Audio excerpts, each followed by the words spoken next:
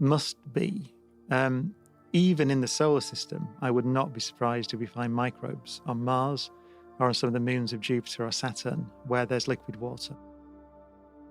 And the reason is, if you think about, the reason I think that, and it's a guess, is because if you look at the history of life on Earth, so Earth formed, there was no life, it was a ball of rock. And almost as soon as it cooled down, we see evidence of life.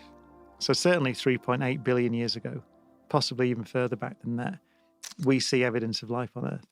So somewhere along the line, geochemistry, active geochemistry became biochemistry on Earth. And we have some idea, that if you get gradients of temperature and acid and alkaline and the conditions that are naturally present on the surface of oceans, then complex carbon chemistry spontaneously happens. So we know that life, almost certainly we know that life began on Earth. I mean, the other option is it came from space or something like that, but it probably didn't, right? It probably began on Earth. So that means that at least here, that happened.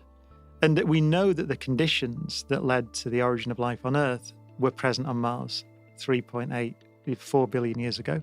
And we know that they're present on Europa today.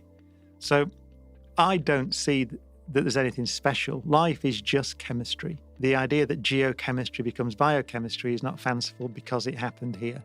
So I think that given the same conditions, it would be surprising to me if the same thing didn't happen, in that life begins. To test that is one of the great frontiers of science now.